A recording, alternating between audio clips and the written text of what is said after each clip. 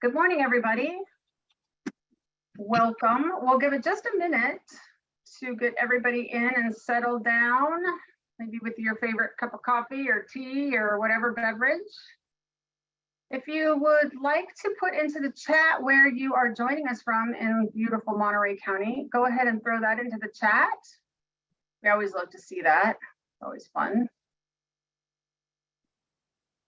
We were just talking, I was in Monterey a couple of weeks ago when it was 116 degrees in Sacramento and it was 90 degrees in Monterey, which isn't the most pleasant when you don't have air conditioning.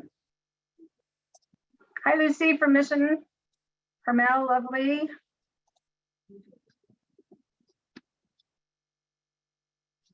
Do love it down there. We were also talking about the influx of seals at the pier. Never seen more seals in my life.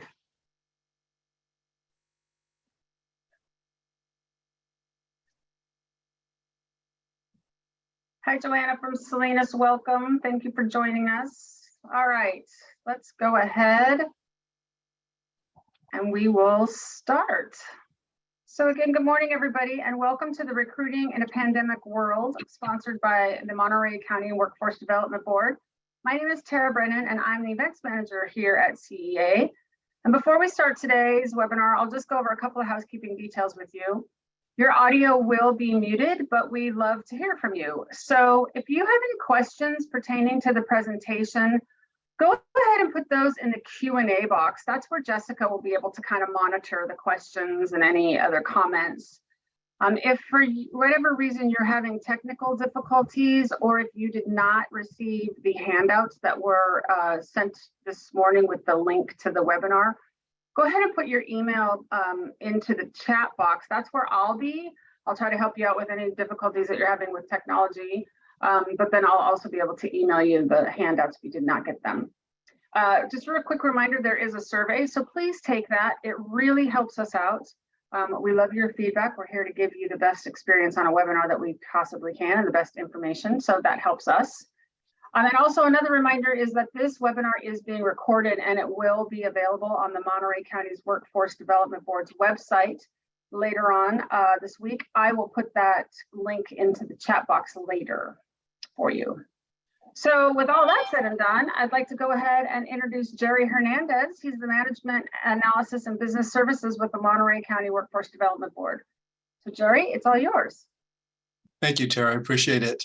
First of all, I want to welcome all of you. Thank you for being here. And we see how important the webinars have been. We've had a nice relationship with the California Employers Association now for some time.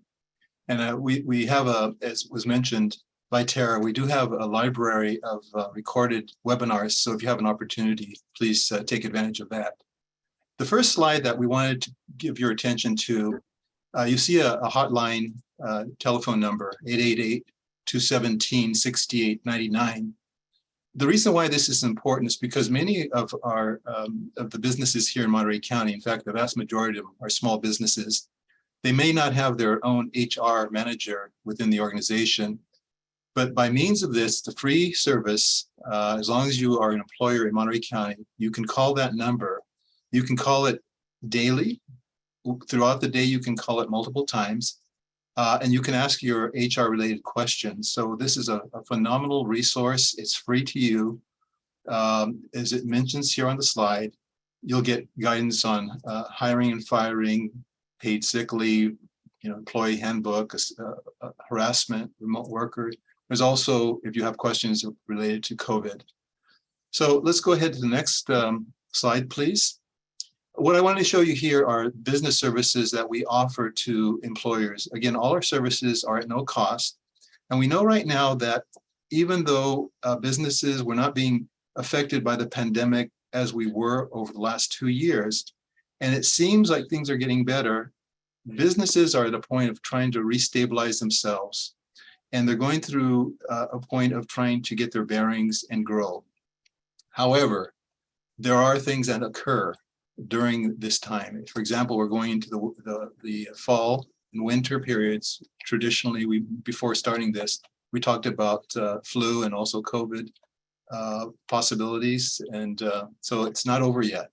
But what this slide shows is the fact that we offer recruitment services, help you to find employees. So we have job and career fairs. We have customized recruitments, which means we can work with a larger employer and tailor a recruitment just for that individual, the business. We also have training services. If you have existing employees who have been with your company at least for 6 months or more, you can provide, we provide services to you, grants that allow you to provide training to that individual or individuals. And then we have on-the-job training resources, which are for entry-level employees or to be employees, hopefully. And then layoffs aversion. If you feel that you have to lay people off, we'd like to talk with you first. We have resources available. And then there are other resources where, in fact, we're at the last end of providing micro business grants for small micro businesses that have 5 or less employees. We provide $2,500 grant that's available.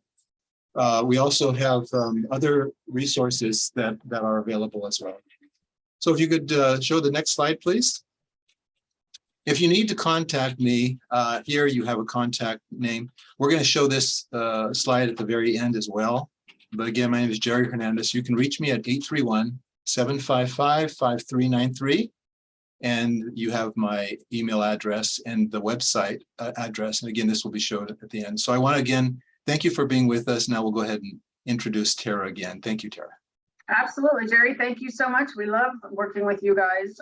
It's always a pleasure of ours. So without further ado, I'd like to go ahead and introduce. We have Natalie Hernandez here today. She is our Director of Member Services. She'll be kind of lurking in the background. And then today presenting, we have Jessica Mirable. She is one of our recruiting director and one of our trainers and coaches here at CEA. So Jessica, it is all yours. Thank you, Tara, and welcome everybody. Glad to be here with you today. Please know as we go through the discussion today, the presentation, if you have any questions at all, please put them in the Q&A. Chances are if you have a question, everyone else will have a, will hopefully feel like they can ask questions too. But most of the time people there's a couple of folks that have that same question. So feel free to use the Q&A for that. California Employers Association, as we've talked about before, we provide employers in the state of California with human resources, services, and solutions. So from the standpoint of what I get to do, I get to work with employers throughout California, which I absolutely love to do. And of course, I get to work with our workforce development organizations throughout the state too, which I absolutely love to do. So thank you for being here. I'm going to share with you what our lawyers make us say, which is we are not lawyers. The information I will share with you today is meant to be guidance, recommendations, tips. If you have a need for legal advice, we always recommend that you talk with your local legal counsel. And let's go ahead and get started. Here's what we'll be talking about today. We're going to talk about recruiting in this year and beyond, not just, I cannot believe we were just talking earlier. We can't believe we're almost through the third quarter. Where has the year gone? We'll talk a little bit about what it costs us to recruit talent. And sometimes we have those, those tangible costs. There's other costs involved too. Some of the pain points we hear from our employers, and then continuing on with some tips for 2022 and beyond.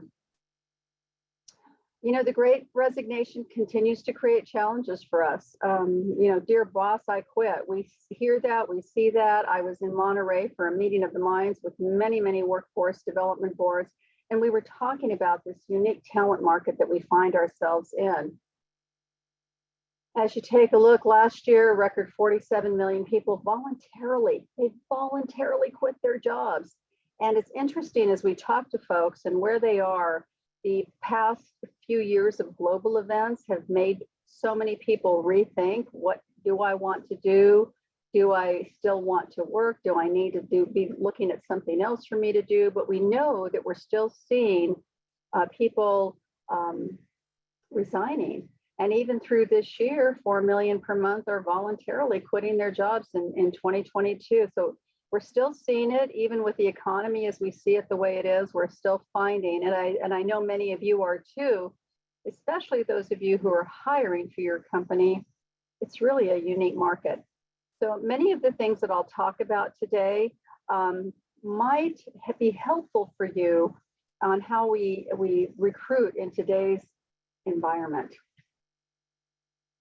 Many of the reasons, what we hear and what we see in surveys, why employees are leaving, compensation is a big one. The pay, people are able to, demand more money. And I share with employers all of the time, expect them to negotiate. I'd be surprised if they didn't.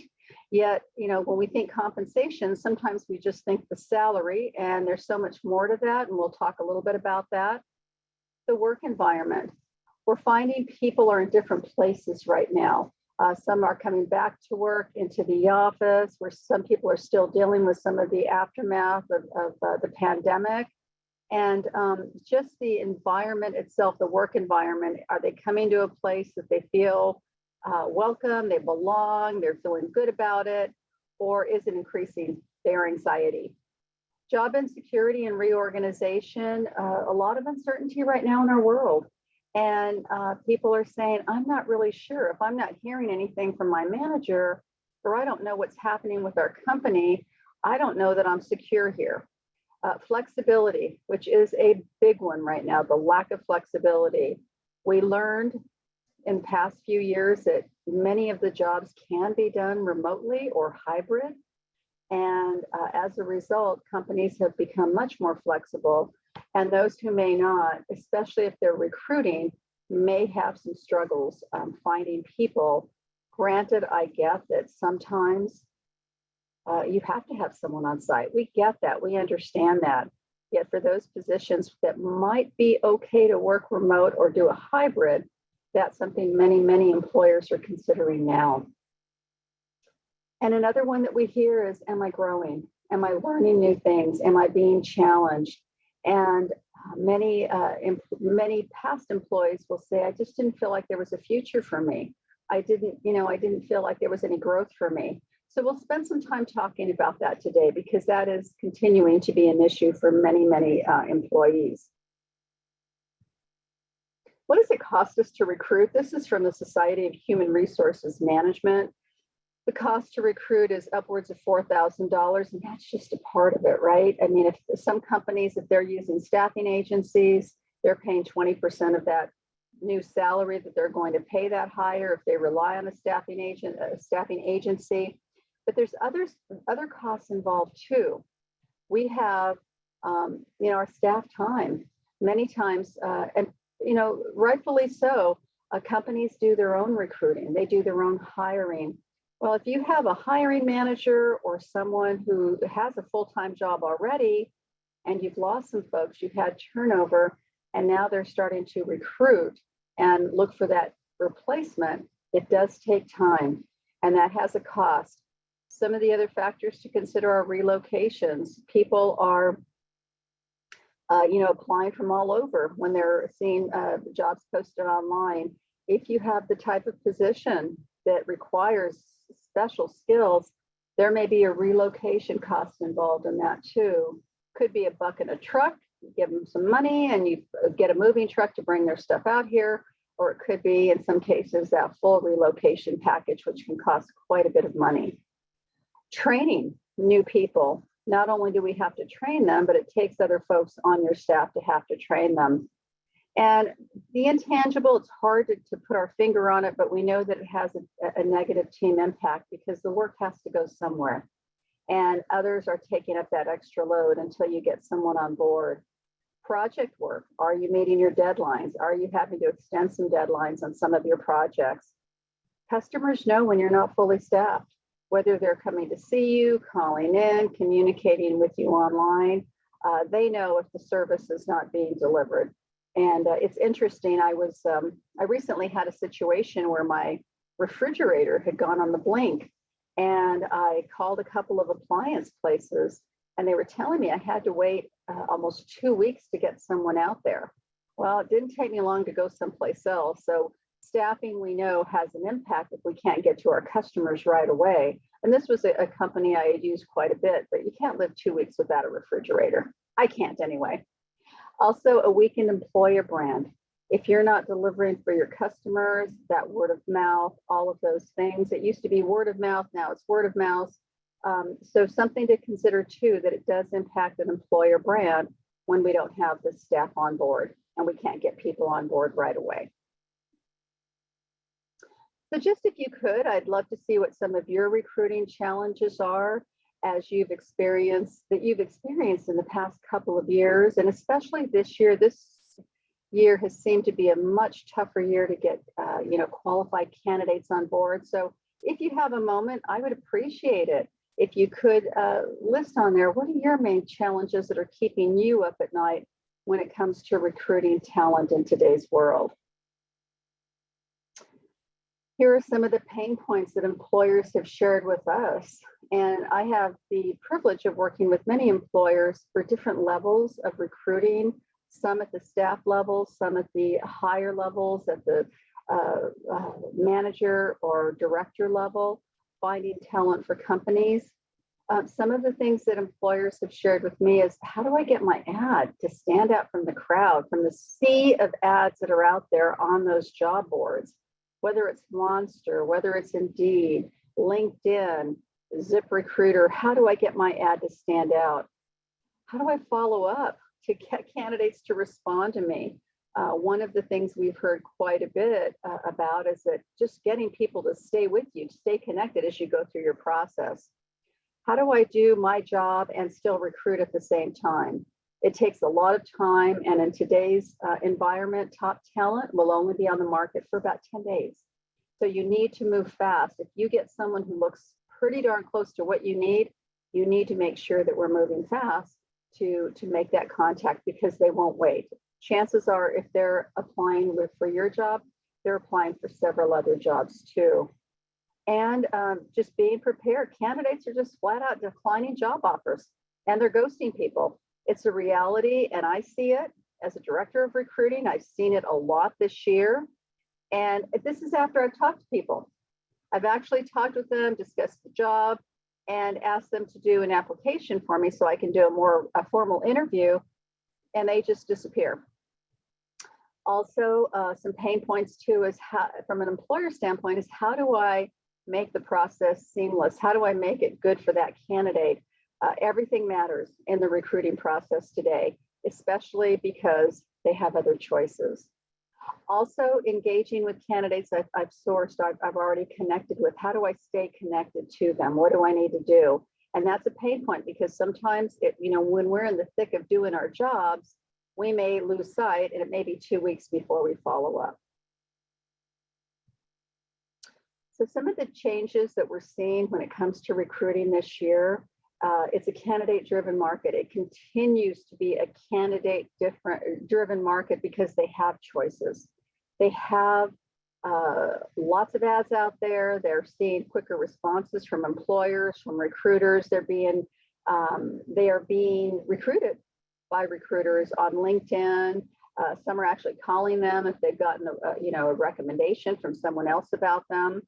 Another change is employers are focusing on keeping what I have, especially your talent that you can count on. How do I maintain a high retention rate of my current employees? Because when we lose someone, we know not only do we lose the skills, we lose all of that institutional intelligence and knowledge, especially those who have quite a bit of tenure. And some of the roles that we're seeing are being highly sought after. Internal mobility, one of the things that employers are starting to look at even more is, how do I move things around in my company? If I have someone who's very skilled and I have a position of higher responsibility, can I train that person into that role versus trying to hire for that role and maybe bring someone into that current employee's role if I promote them? And so a lot of employers are looking at, how do I grow my people now where they're at so I can prepare them even more for those positions that become available? Because especially in those highly skilled areas, you want to have people that not only know the job and have the skills, but they know the company and they can represent your organization well. Increase in passive recruiting, people, approaching people on LinkedIn, other social media sites to see if they're currently looking for a role. Recently, I was recruiting for some attorneys for a local law firm, and I was searching on LinkedIn quite a bit, and also on ZipRecruiter on their resume database, and reaching out to several attorneys who may have uploaded their resume a while back, yet they're happy now, but they would consider another job. And I'll talk a little bit more about that, what it's taking to bring people from another company. We're also seeing employers starting to, which we really know is important, is starting to talk to candidates in their job ads in a way that makes them want to apply for your company. And we still see it out there, but still some employers are posting everything about the things they need from a candidate versus explaining to the candidate why you want to work for our company, all of the great things about our company. And of course, data-driven recruitment using a lot of applicant tracking systems, things of that nature. So we'll spend a little bit more time on that. Some additional things that we are seeing, and we continue to see a competition with other industries. When I do get a new recruiting role, I do go online. I want to see what the competition is. I want to see what they're offering, because when I work with an employer, I will work with that employer to make sure that we do everything we can to get their job noticed and to make sure we're in the ballpark when it comes to salary and benefits. Also seeing quite a bit to the left, lower left, focus on diversity, equity, and inclusion. And you'll also hear the term "and belonging," which is actually feeling I am part of this company versus I have to fit in.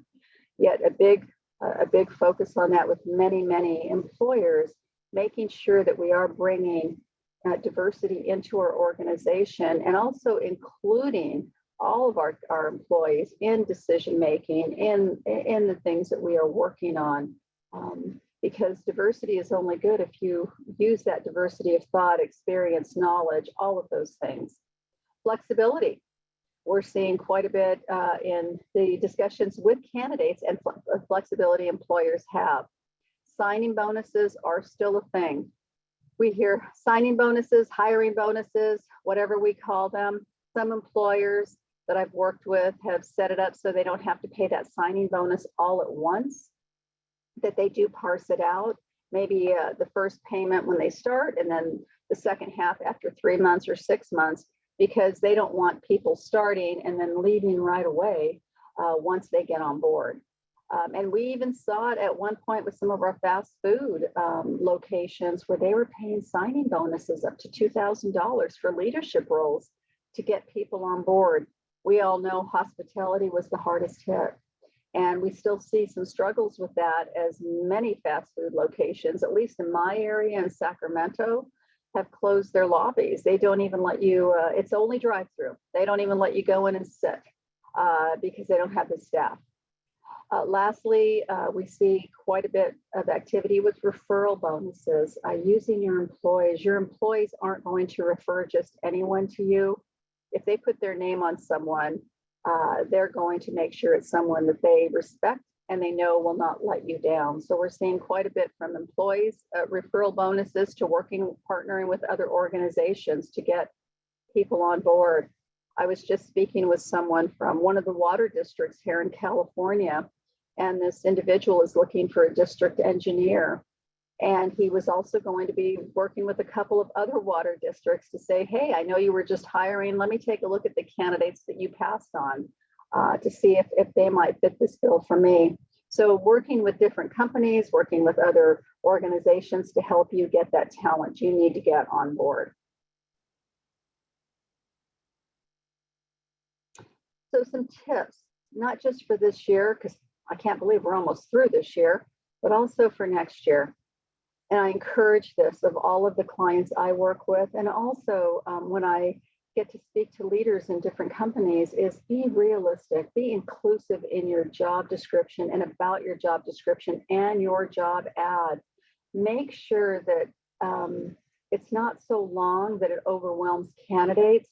A good measure for a job posting online is about 500 words. And your job description, if it takes 12 pages to get through your job description, a candidate will be overwhelmed. So I encourage employers, make it simple for candidates.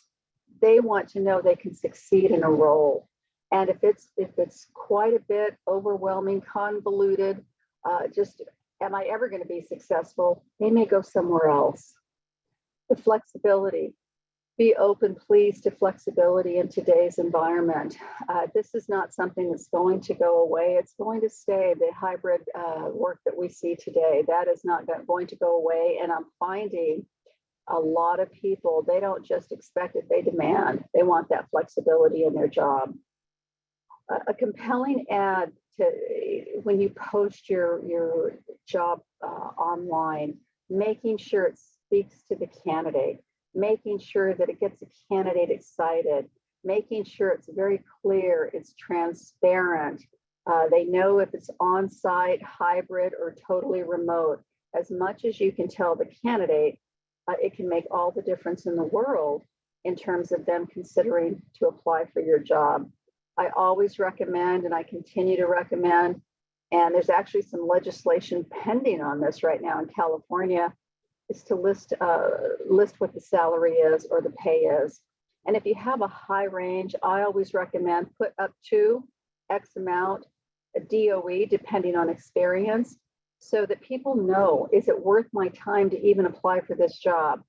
I've been a job candidate before. I know all of us have been there before. And you know, it's not easy work to go through an interviewing process to apply for a job. And some employers will have you go through a lot of hoops. I want to know if it's worth my time. If I can't live on that amount, or if it's not going to meet my needs, I'm not going to waste my time.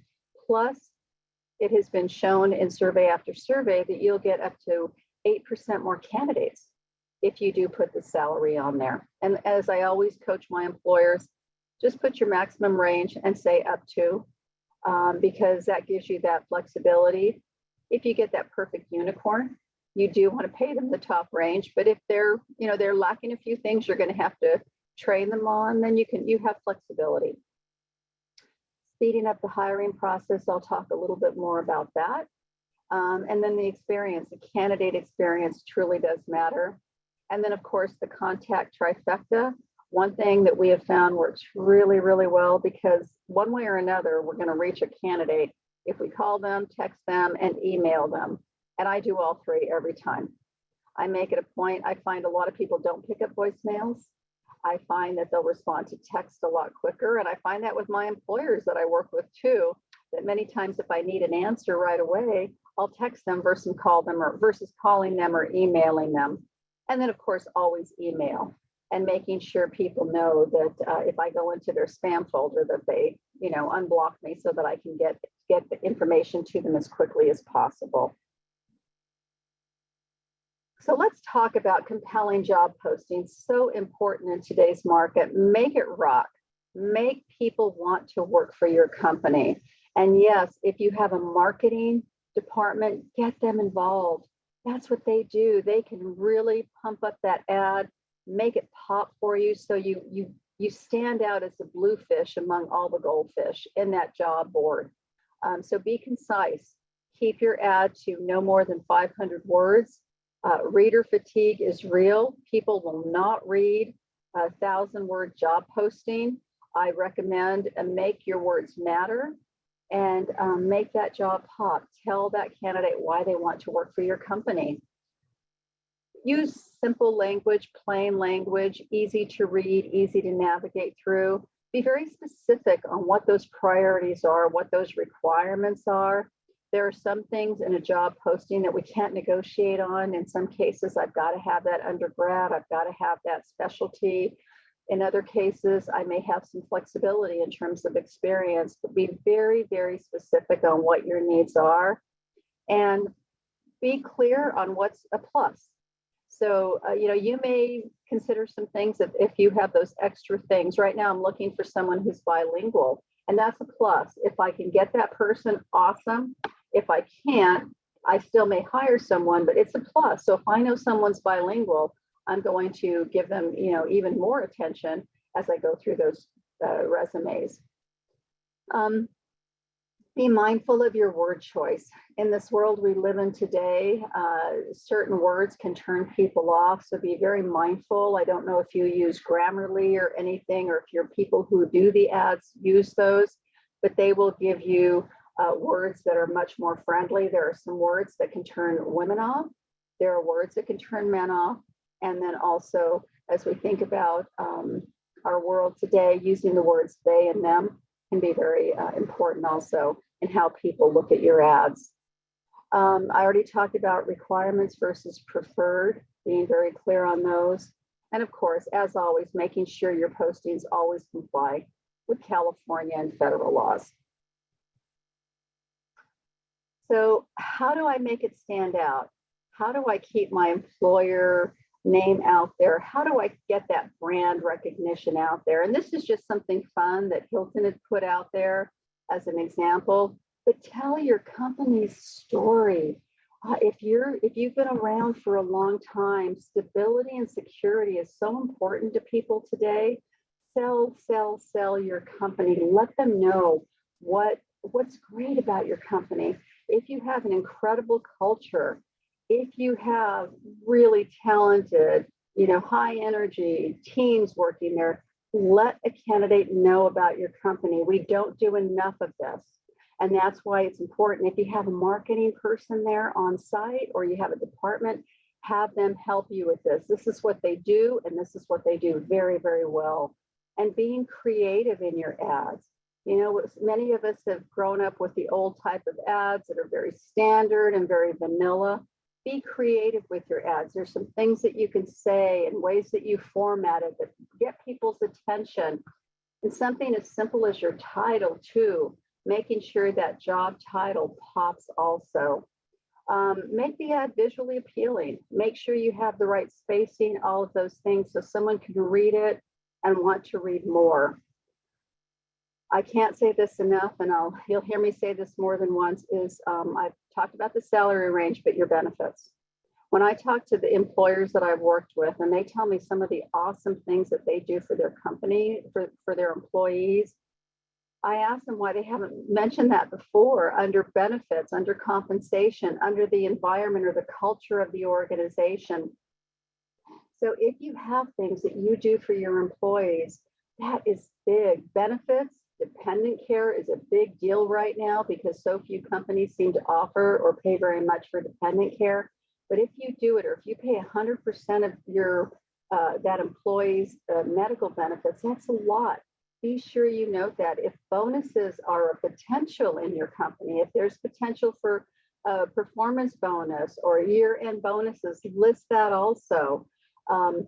If you pay for education reimbursement, if you pay for parking, whatever it is, if you pay for people to join associations or organizations as part of their job for you, be sure you list that. If you pay for their development and growth, list that also. So important for people to know that they're going to consider a company that not only just pays me a salary, but there's some other perks that go with it that are pretty cool.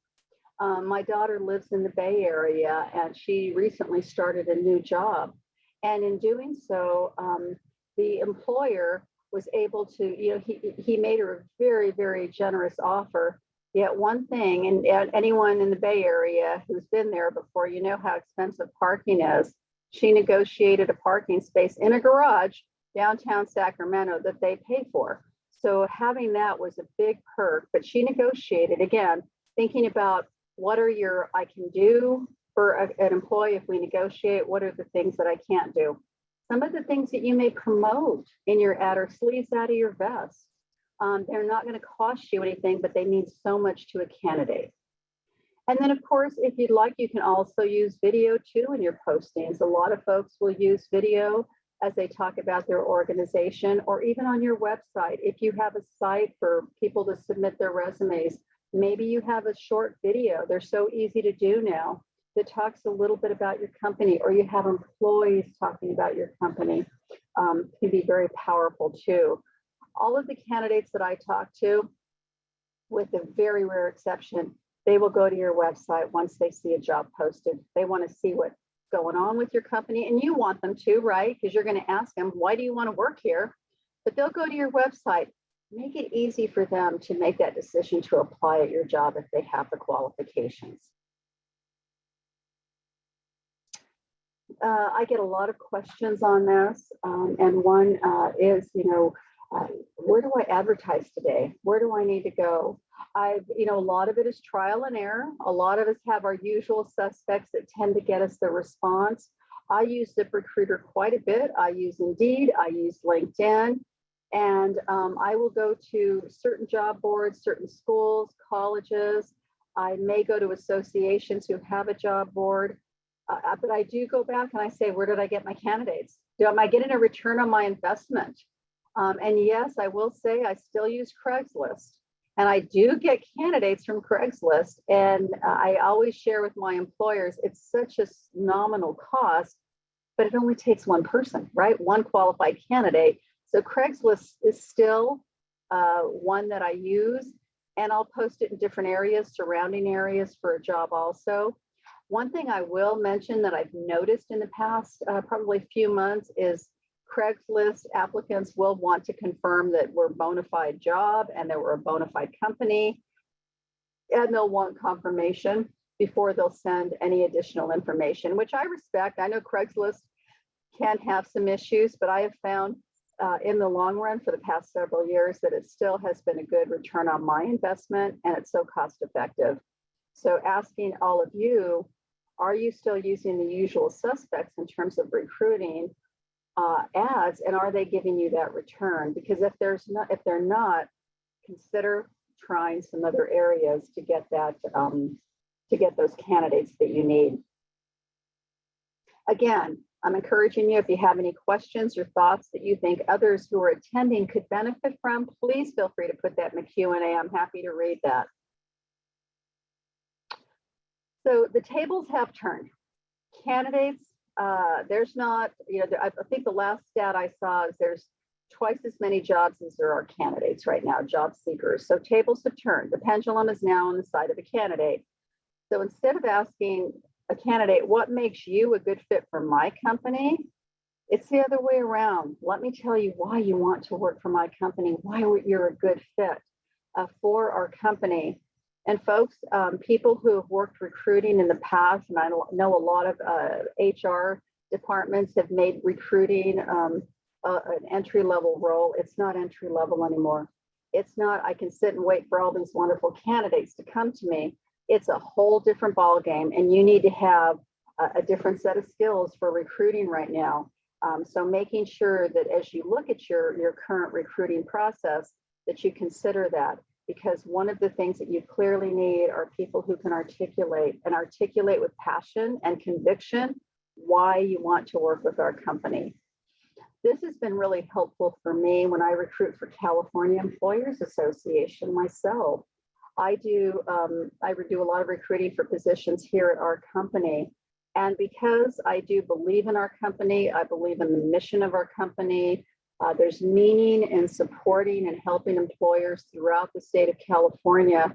When I talk to prospective employees and candidates, I let them know the great things about our company, and that I trust, they've told me that my passion comes through, my conviction comes through, and you want to have that same thing for your company, because that can make that difference of them going with you versus going with another organization. This is another piece too, when we think about salary and perks and what's happening as a result of global events, specifically the pandemic and where everyone is. The well-being check, mental health, almost 3/4 of our employers recognize that need to invest in mental health and well-being for their employees. And folks ask me, so what is it that, that they do? Do they have gym memberships? Do they have opportunities for me to perhaps get coaching, or perhaps for me to get this or get that? We're seeing things kind of all over the place. So for example, some companies have very extravagant wellness programs for their folks. They do quite a bit for them. Other companies that may be smaller may do something like a stipend towards wellness or well-being for their folks. and say, hey, you have X amount of dollars. If you want to do something for your well-being, we'll support that. Here at California Employers Association, we do have a stipend for our employees here. So we can use that stipend to join a gym, to get workout clothes, walking shoes, whatever it might be that makes us as employees feel more centered and have a sense of that well-being as much as we can. People are all over the place right now, coming back to work, different levels of anxiety, and some really need us to just be aware of it and support them as much as we can.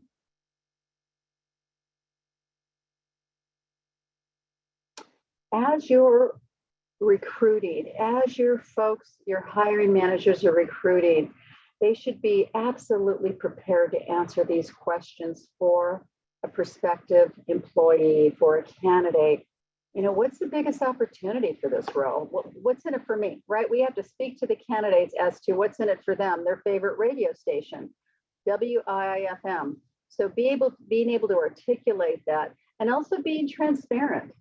What's the most challenging aspect of this job or this opportunity of this job? In some cases, it could be, maybe you're going to go into a role where you're going to be a customer resolution specialist. And, challenging aspect is customers don't call when they're happy, they call when they have an issue, and being able to deal with those personalities. A big question is, what does success look like? How do I know if I'm successful? We've all worked for companies over the years, I'm sure, where we weren't sure if we were being successful. Back in the day, no news was good news, right? You only heard about something if you weren't doing so well. In today's world, especially our younger generations, our Gen Zs who are coming into the workplace, and our millennials who are half the workforce now, they want to know how they're doing, and they want to know what success looks like. I'm not going to sign up for something that I don't even know if I can even do a good job there. And then if you're recruiting for your team, what words would you use to characterize your team? High energy, positive, hardworking, integrity, honest. I mean, what are those words that you would use or that hiring manager might use to describe the team that they work with? When I think about the folks I work with here at California Employers Association, supportive comes to mind. Excellence comes to mind, making sure we can deliver a solid product to all the folks that we're privileged to work with. Transparency comes to mind for me too for this company.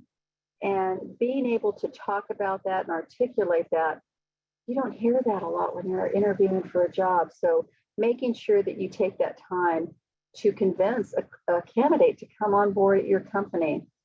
And then also the question about mission and values about your organization, and having that understanding the history of the organization to be able to talk to a candidate about that. That's important stuff. I personally want to work for a company where I feel there's a purpose and there's meaning to the work that I do. And you want to be able to articulate that to a candidate. And especially in today's environment, they are saying, I want to work for a company that gives me that purpose, that I feel that not only does it feed my family, but it feeds my soul. I really find meaning in the work that I do, and I feel good about it. So recruiting and social media, just some information to be aware of. We do see that, employers are using social media to find talent. I mean, it's expected. We see it all the time.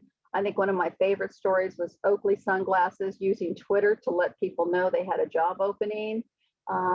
Also, knowing that that's where people are. Job seekers are going to social media for those roles.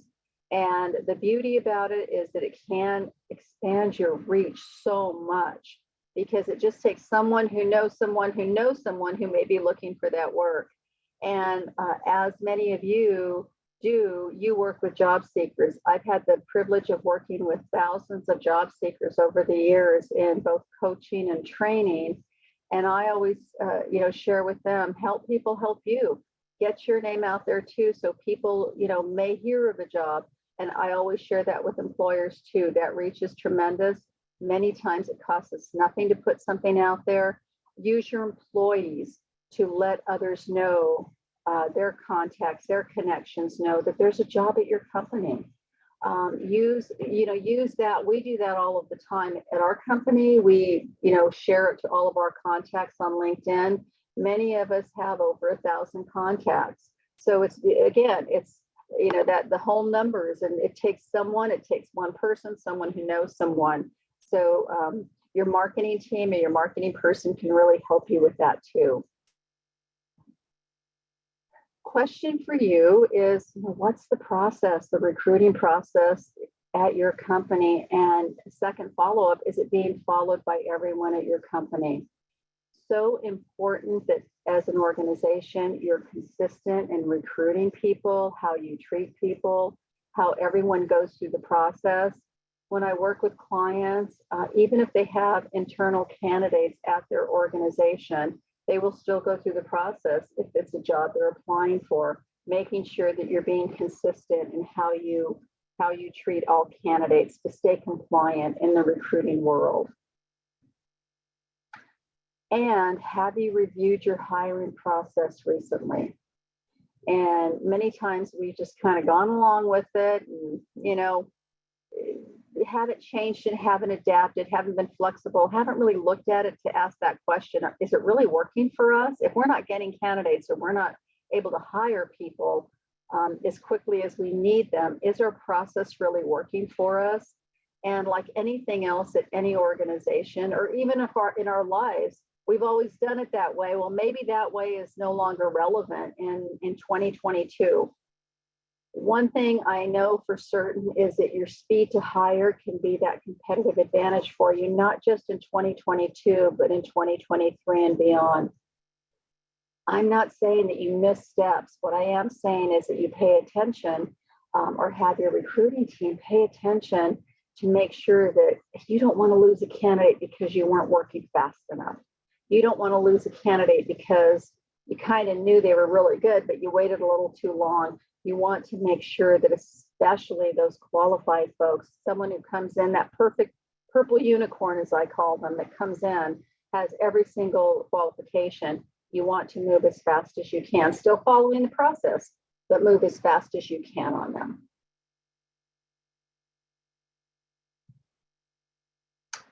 Important to know that candidate tolerance level is low. They're looking for a job, I'm preaching to the choir, I know that. Looking for a job is hard work. It's a full-time job. And especially in today's market, candidates have choices. They've got many companies to choose from. So questions for you was, is your process easy to follow and understand? Are you sharing that with your candidates? Are you letting them know, here's the process, here's what I'm going to do, here's what will happen next, and then here's what we'll do. And here's about how long it'll take to get all of this done. If a candidate does not know where they are or where they stand or how long something's going to take, they may not be sticking around to wait for any employer, because again, they're looking at other companies too. And sometimes you may have a candidate that you find that may be right in the negotiations with another company. I've had this happen before. But because of how we were able to treat this candidate, the potential that we had for them, how we were very transparent, they held off on that other offer, that potential offer, to go through our process. So you never know where you're going to find them, at what level or stage in their job search. But if your process is easy to follow and easy to understand, and you're very transparent about it, it can make that difference for you. I've talked about pay range already. Enough said about that. Just make sure, if you can, post it out there. We may be legally obligated to in the future, yet for now, I encourage you to do it. And big question, are you treating applicants like customers? Do they feel special? Do they feel valued? Do they feel like they are important? Because if they're feeling like they're just, another task that someone has to do, it may not be a great impression of your company. This is real. I actually received this when I was recruiting for a specific role. And a candidate had actually applied through LinkedIn for a job I was recruiting for one of my clients. And all I asked this person for, because her LinkedIn profile was anemic, it really had not much on there to tell me if she truly was qualified for this job. So I politely asked her for a resume, not an application. I asked her for a resume, and this is the response I got. And her resume was not on LinkedIn. She had a very short profile summary, and it was anemic. And so this was the response I got. And needless to say, I didn't pursue it any further, because this type of response also told me a few other things too. Yet it reminded me that I've got to be, make it easy. I got to make it as easy as I can for candidates. And yeah, there are a couple of steps you have to take. And if you're not willing to do that, not much I can do. Again, we've got to be compliant, right? In recruiting. So on your recruiting team, some questions to think about, some things to think about. Do you still have newer people doing recruiting for you? Do you have hiring managers who have never really recruited before doing the work for you? Do you have your admin doing work for you? Asking the questions, do I have the right person doing this work and getting me the results? And if you do have some folks who have been doing this job for a long time, have they adapted? Have they transitioned to what's expected today in recruiting folks? Or are they still doing the same postings the same way, and the process hasn't changed? And maybe it's not as efficient as it can be. The skills that you need for recruiters today for your company is you need someone who is persistent. Believe me, they have got to have pretty thick skin, stay on top of it, keep following up. They've got to be tech savvy to work with all of the platforms that we work with as recruiters today. And they have to have sales skills.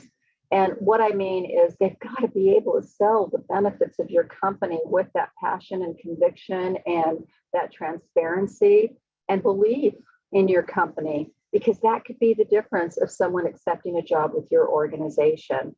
And creativity, critical. There have been times I've had to get very creative in some of the things I've done, still staying compliant, yet creative in trying to find candidates. And they have to be able and willing to think outside of that box and say, what else do I need to do? Have I done everything I can? Because chances are when you're hiring, you usually need someone right away. We don't always have 6 months to bring someone on board, or 3 months, or sometimes not even 1 month.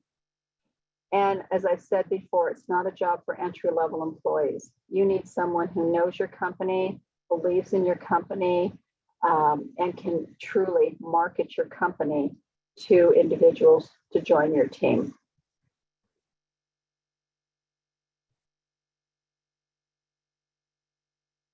Employers do get surprised when people want to negotiate. And it's just important for us to know that candidates do have more bargaining power than they have had in years, and they're not afraid to use it. They're not afraid to either decline a job, ask for more, let you know they're going to think about it. One of the things I always encourage job seekers to do is, once you get the verbal offer, thank the employer and ask them to put it in writing to them just to protect themselves. Yet right now I'm finding that sometimes candidates are juggling more than one offer, and they're going to see who's going to give them what they really need.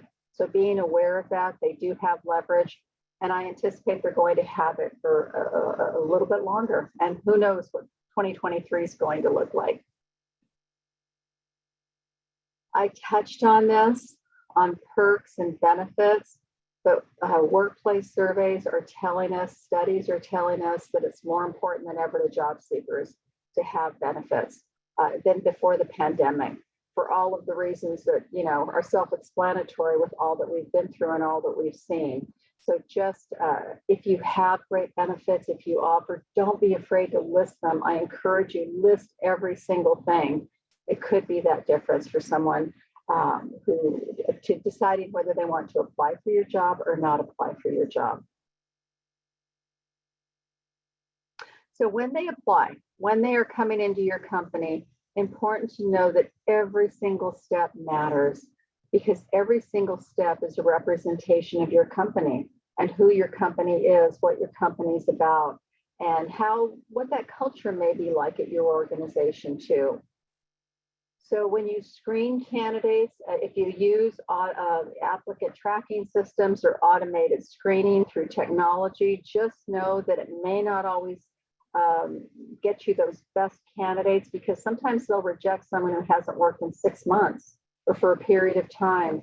And I see this all the time, and you're going to see more. We're all going to see more with the gaps in employment for whatever reason. Some people have taken a leave of absence. Some people have taken a leave to take care of loved ones who have been sick. So there's a lot of reasons. And many times I have found when I see a gap, I have even more respect for that person than what I saw on paper once I have a chance to talk with them. And also, nothing is as good as our own eyes, our experience, our knowledge, and about what's needed for a role. So they may exclude someone if it's not a quite match through their automated system. Yet when we look at it, we see some potential. We see some possibilities. We can connect dots that perhaps automation can't do for us or technology can't do for us. So making sure, if possible, you have eyes on that. And I'm not going to suggest that we get all qualified candidates. Some have no business applying for the job that we're posting for. They don't even have any of the requirements or the qualifications. Yet sometimes someone may be missing one or two things that I can work with this because they have the experience, or I can train someone up to this role, or I might see something that I might need in the future for my company that I might consider this person now. So things that can happen, good things that can happen when we have human eyes on those resumes. Some common rating errors and things just to be aware of. We like people like us. So if they're similar to us or if they're different to us, we may, plus or minus that first impression. Folks, many times, and I usually give people at least a second chance, unless it's so egregious the first time, but if I call someone and they say, gosh, I don't really remember which job it was. In the past, when there were more people than jobs, I might say, well, that's not a bonus point for you. But if they do tell me, gosh, which job is this? I understand it today because people are applying for several jobs. Not to mention, we have more jobs than candidates. So keeping in mind that first impression that we, give people grace, or if it's, don't let it be the only thing that we rate them on. If they come in and they make a great appearance, that we still look at the qualifications, do the interview, all of those things. And then, common, we see this using ourselves as a yardstick. Well, this is what I would do, or they're like me, or this is what they did. Being mindful of that, different standards for different people, making sure, again, to be compliant, we are consistent. We have our qualifications, we know what we're looking for, and that we treat people consistently. We all have personal biases. We know that, being aware of those, and the halo and the horn. You get bonus points if you went to my school. You get a point taken away if you didn't. I know it sounds silly. I know it sounds like, common sense. We don't do this. Yet you'd be surprised at some of the things that we've seen from a human resources standpoint. So we always talk about how important it is to just be aware of your own biases and making sure that when you look at the whole thing, you're being consistent and fair to everyone. The interview process, again, everything matters. Create that positive experience. Are you ready for them? Do you welcome them when they come in? Because they're going to notice your company when you're getting to that stage, especially when you're bringing people into your office or you're doing a Zoom interview with several of your folks. They're going to pay attention. I know back when I was in corporate America and I had to pull some of my leaders in to do an interview with me for some positions, they were really busy. And sometimes they were like, I don't have time. Well, you got to make time. We got to do this. We're going to be working with this person. So making sure that everyone knows ahead of time, it's not a last minute thing, and that they feel welcome. The candidate feels welcomed. Standardizing those interview questions so it looks like we know what we're doing and we're coordinated, we're organized, can be so beneficial. Training your hiring managers to interview. You want to focus on what's relevant to the job. You want to make people comfortable, yet I've had some HR folks tell me that they've got hiring managers that will spend an hour talking about themselves, things they've done, and not really get to the questions that they need to get answered to consider a candidate. I know it sounds crazy, but a real story. I talked about highlighting your culture. If it's a great culture, if it's a culture that really thrives and is inclusive, talk about that. So important. And then lastly, kind of ties into what I talked about earlier, hire for potential. Sometimes someone may not have all of the experience that I need, yet they were extremely responsive, did everything I asked them to do, always, paying attention to the details through the entire process. To me, that says a lot, because we're rating candidates as we go through the entire process. So sometimes if someone's missing one little thing that I can work with, but I see so much more, I tell job seekers the same thing. Everything matters. Today, being responsive is so important. Think about that too as you're hiring people, hiring for potential. So just some tips for you. We always give you far more than you need when we do our presentation, so that you can refer back to them. But these are some things to think about and to ask your recruiters and your hiring managers. I've talked about several of these, yet one piece is important. We want to listen more than we talk. We want to hear what that candidate has to say, and we want to give them time to answer questions that we ask. And on the other side of it, we want them to ask us questions too. And I know you, when you probably work with job seekers, I know I do, you want them to have some good questions to ask an employer too, to make sure it's going to be that right company for them. Behavioral questions, we want to make sure there's tons of them out online, but we want to make sure that we're asking them questions that tell us they have that experience, they have those abilities, they have that knowledge that we need. And when we're able to do that, it will separate that action from knowledge. I want to know what people have done. And I may ask them a few hypotheticals, but I also want to know what they've done too. How did you handle a conflict with a teammate? What did you do when you had an irate customer? What was your most challenging customer that you've had to date? When I was interviewing attorneys, I was asking them those questions. What was your most difficult legal case that you ever handled, and why? So it gives you that insight into that person, how they answer the question, and you envision them working in your company one way or another, or maybe you don't, but it gives you that insight. Some questions, we want to be very mindful that we don't ask certain questions. These are just a couple that we don't want to ask. And we can't ask what they make, but we can ask what their expectations are. And when I ask folks, what is your current salary expectation? Many times they're going to offer that anyway. They're going to tell you what they're making, or they're going to tell you what they need, which is what I need to know from my clients. We can't ask them if they have a criminal record. What I do ask candidates, because I always want to give someone a chance, I'll ask them, is there anything in your background that would be important for me to know? And this can be especially important if I did a lot of recruiting in the past for construction companies, and many times there's company vehicles involved. And if someone is not going to meet the insurance requirements, that's going to be a problem if they've had a DUI or a couple of DUIs. So that's a way to let people get in front of something.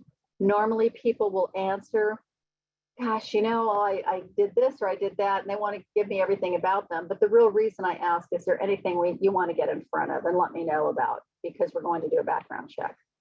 So of course, the other questions we don't want to ask, we just want to know, will you be able to be on time at work on those days that we need you? I've talked about this already. Expect candidates to negotiate. They're going to. So have your range, have what you know you can work with and what you can't work with, so that you'll be able to negotiate when they do come back to you. And they may not come back for money. They may come back for time off. They may come back for other things that you want to be, on top of, so you can handle those negotiations and not let them drag out too long. So the reason we want all of this is obviously selection matters for all of these reasons, right? We want our employees to fulfill our mission of our organization. We want to be able to deliver service to our clients and our customers. All of these things are important. And of course, we want to minimize or prevent the cost and what a bad hire can do for our organization.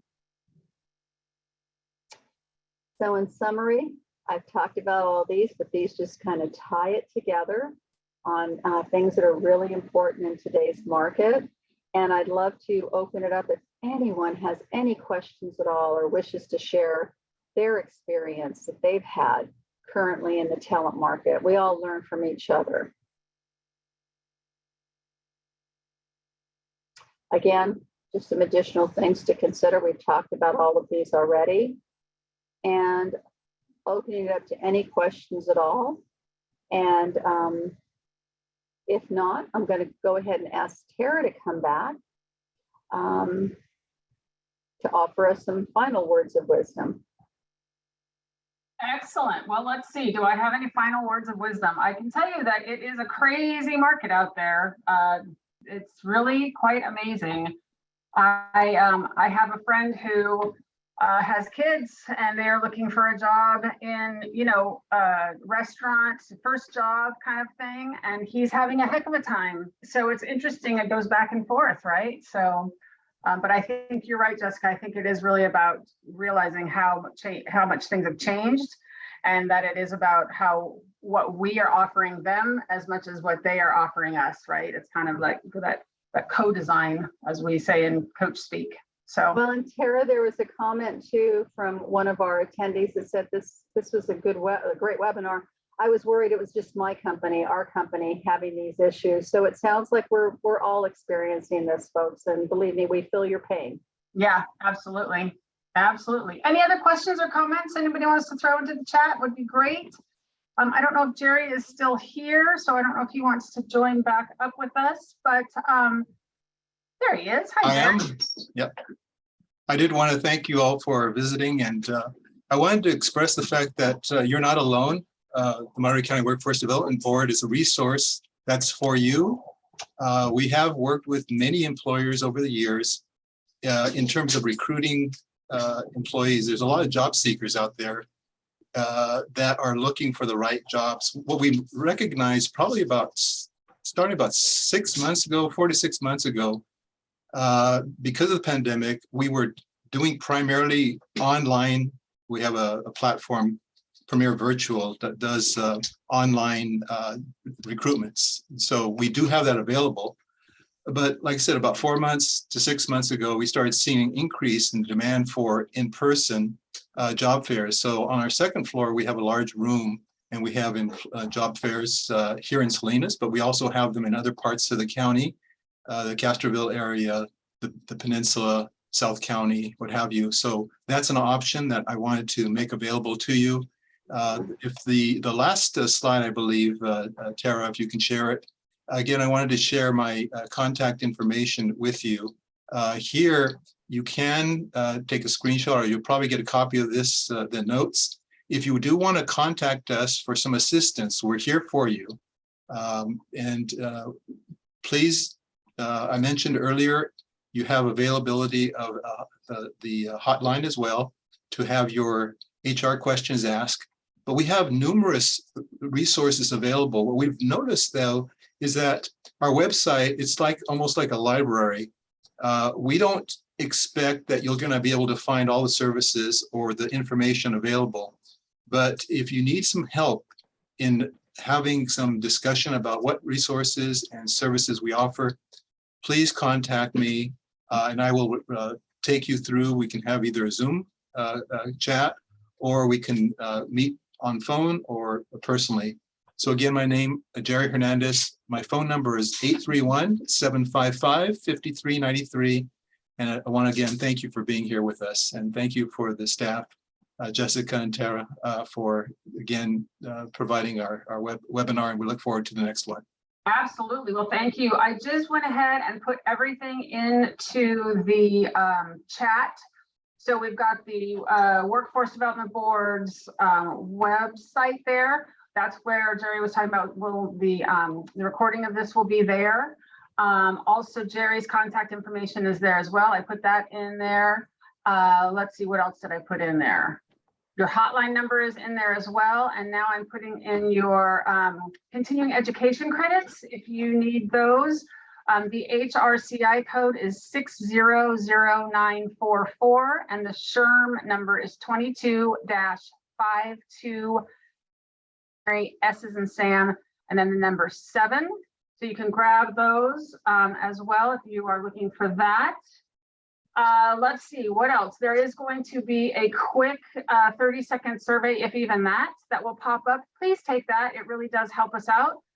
We would love to get your feedback on how we're doing and if we're helping you and what can do to help you. So that will pop up right after this as well. Yes, Jessica. Tara, there's a question if we have an email list to get updates on webinars. We don't have an email list, but you can go to, I'll put it in the chat as well, employers.org is our website. All of our trainings are there. I do know that for Monterey County specifically, what Jerry hosts for everybody, Jerry puts out emails and all kinds of marketing materials for those upcoming webinars, but we do have other webinars that we produce as well, and you're more than welcome to join those. So you can check that out. Tara, it's worth mentioning that we're going to be working with the California Employers Association to put together a master calendar of webinars for the next year. So once we get that together, you can go to our website to HR. You can go to the HR page, the landing page. We have a landing page where you'll find the HR hotline connection. It will be on that, as well as it will be posted on another landing site that has for jobs available, job postings and what have you. So you'll be able to find that. We're in the process of putting that together in the near future. So you'll see that. This is the last one for this year, but we will be having a series of webinars for next year. So you'll have that master calendar available. That's awesome. Great. So with all of that said and done, unless there's any other questions you want to throw into the chat right before we go, thank you so much for everything and everybody's participation. Jessica, always great information as always. Jerry, it's always a pleasure to see you. Thank you. Thank you, everybody. I hope that you're having great weather down there. I don't know. It was pouring down rain here earlier, which we're loving. So We have sun. oh, of course you do. You're Monterey. Everybody be healthy, stay well, and enjoy the rest of your day and your week. Take care, everybody. Thanks, Tara. Bye. Bye. And Jerry, thank you. Take care. Bye-bye.